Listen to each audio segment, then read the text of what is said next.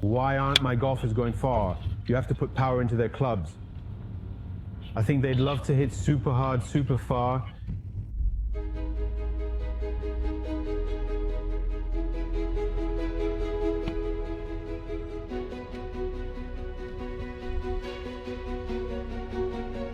Come on, let's go and see our golfers.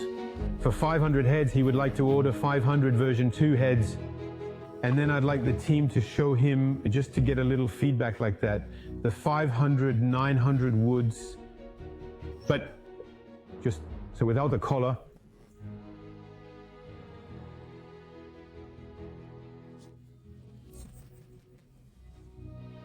The 500 version 2 started, so we're going to launch them in 2024.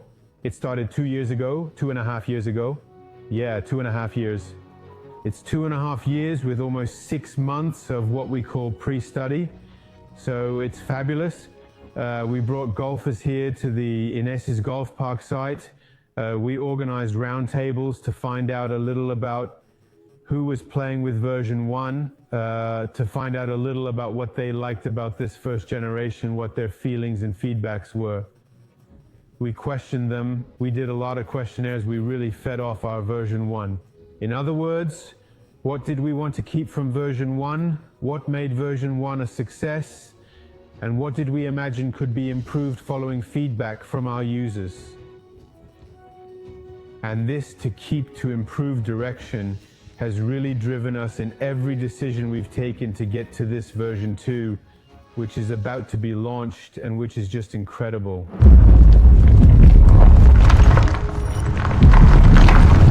Power is really everything.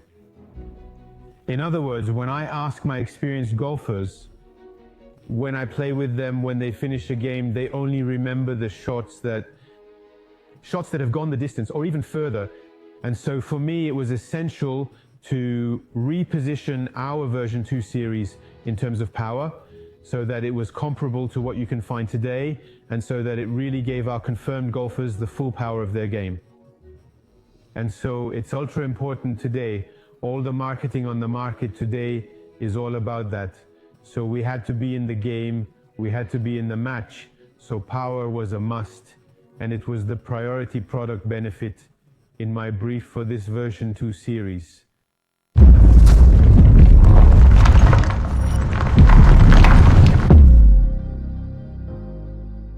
How did I react when Nico told me he wanted ultra powerful clubs, even more powerful than version 1? I thought, wow, how are we going to meet this challenge? I asked myself a lot of questions. I said to myself, are we going to make it? The power of a golf club is the ability of the club face to transmit the player's energy and power to the ball during the impact. Basically, it's its ability to send the golf ball a long way. The first issue is going to be the loft. We can act by closing the lofts to gain power, but we can't act on the lofts indefinitely. That would make the clubs too complicated to play. And so the objective is going to be to recover power, and we're going to have to find technical solutions behind that to respond to the problem. To work on the power of the 500 VTDU irons, we first worked on the face. We wanted to use a forged face to reduce thickness and maximize the trampoline effect. In fact, for the 500 iron, we chose to use the hollow body construction. The hollow body is a hollow head that allows us to have a face with a void behind it, and this face deforms on ball impact to restore power with a trampoline effect. In fact, the advantage of the hollow body construction is to put all the power inside.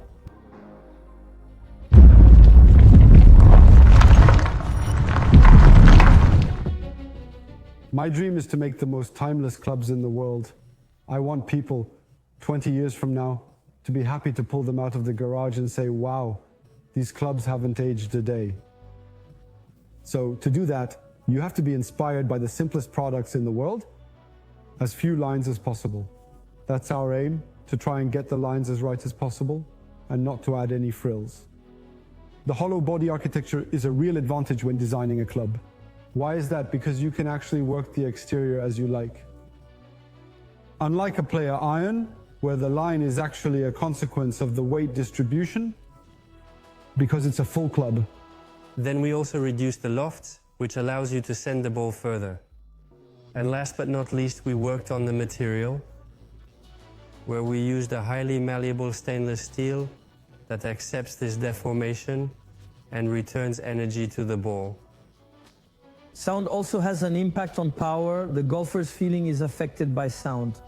You can have powerful clubs, but if the sound isn't associated with that power, you're going to have a loss of perception.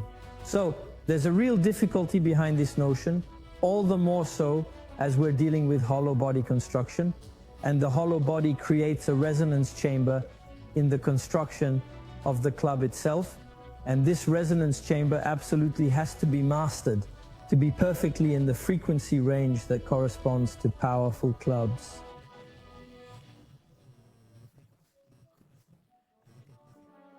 On version 2, we chose premium shafts.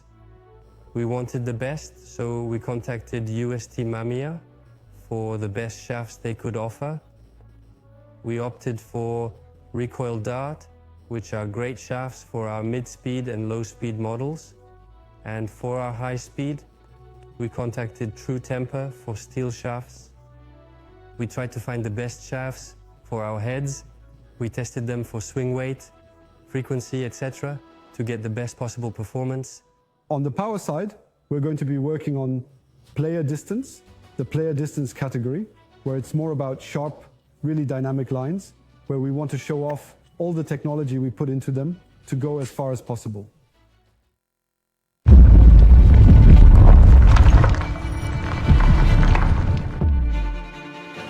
Forgiveness is the #2 product advantage I asked the team for because we're targeting experienced golfers with an index between 30 and 15, so they don't yet have the ability to always center the ball in the middle of the club phase.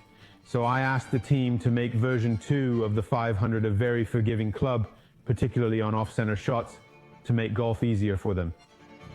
The feeling I had when I first heard Nico's brief, it was, oh, what a challenge to define this club. Because we want it to be a powerful club, but also a tolerant club. And when you push the tolerances cursor, of tolerance, for example, in fact, the cursor is reversed for power.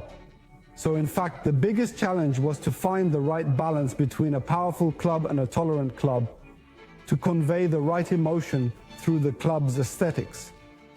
When Nicholas told me he wanted very powerful and very tolerant clubs, I thought, wow, we've got quite a challenge on our hands. It's going to be complicated to meet both expectations. How are we going to do it? So we got down to work to meet the 2 product advantages that the product manager wanted to communicate. A club's tolerance is its ability to forgive errors. For a golf club, forgiveness of errors means that, depending on where I hit the club face zone, it will limit dispersion and distance discrepancies. It's the length of the ball. Dispersion is lateral. It's the gaps between the clubs. To put it simply, if you take the toe, a tolerant club will go further and straighter than a club that is not tolerant. To work out tolerance on a golf club, the aim is to increase the MOI. The MOI is the moment of inertia, so it's the resistance to rotation. The aim of a club head is to have a high MOI to prevent it from opening or closing on impact. So what we wanted to do was increase this MOI by moving the center of gravity back. We tried to place the mass as far back as possible on the face and as low as possible to lower the center of gravity. We worked mainly on the lower part of the club to bring the point down, so it was on the width of the sole, which is a little wider than a blade, which would be very difficult to play. Also, the size of the face, i.e. the height and width of the face, is not geared towards beginners, but neither are the small faces or blades that would be very expert clubs and very difficult to play. So we've got a face that's generous enough to help with forgiveness, but easy to play and doesn't impress at address. So, how did I design the 500 irons? I started with Nico's brief, which was to say, let's make a tolerant club and a powerful club at the same time. Tolerance. That's really going to be the work. It's going to be a mechanical work around the distribution of the masses. This will have a direct impact on the club's overall architecture. Power will be found more in the lines and in the way we design the golf club, but it will be mechanically reflected in the internal architecture and in the workmanship of the face, thanks to its process and material thicknesses. This is a category of clubs that are aesthetically a little oversized, really generous in shape to reassure the golfer to be visually tolerant too. But it's kind of a beginner-looking club because of his little oversized. The part I'm most proud of on the Iron 500 design,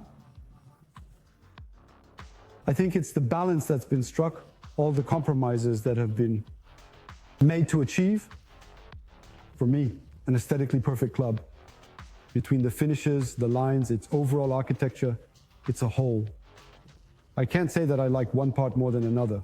All the parts have to live together. So it's the whole head that I'm most proud of. There was a real issue behind the price because we wanted this series to be accessible to as many people as possible. And so we want an accessible price too, a decathlon price. And so it's very easy in engineering to make powerful, easy to play clubs when they're very expensive. But it's much harder to make powerful, easy to play clubs at an affordable price. And so it was a real challenge to make the right technical choices. To reach this target, price and power, I'm most proud of the fact that we were able to meet the brief of having the best of both worlds, powerful clubs. It's really impressive how well they respond to these demands. And at the same time, they're easy to play with, no difficulties at impact, no difficulties to go and play a bit with the club. It's natural and it comes out phenomenally. They're great clubs and I can't wait for everyone to play them. When I see the clubs I've designed in the hands of golfers, it makes me really proud. I'm really happy to see that our clubs make golfers' lives easier. And when they tell me they're happy and content with these clubs, that's why we come to work every day. It's to satisfy our users.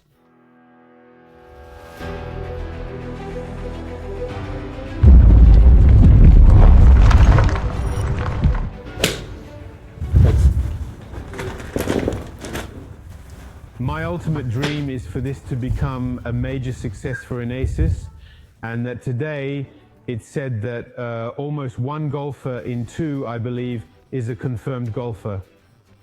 So the idea is that if one golfer in two could play with Inesis products, that would be fabulous. The state of mind is really incredible. Ultra impatient and ultra satisfied. Ultra satisfied with these 2.5 years of hard work with the team. Wonderful work to succeed in a challenge that was not obvious at the outset. And I can't wait to see our Decathlon customers playing with these new 500 clubs tomorrow, because we have had a bunch of players test them, influencers have tested them, some very good players have tested them, and the performance is spot on.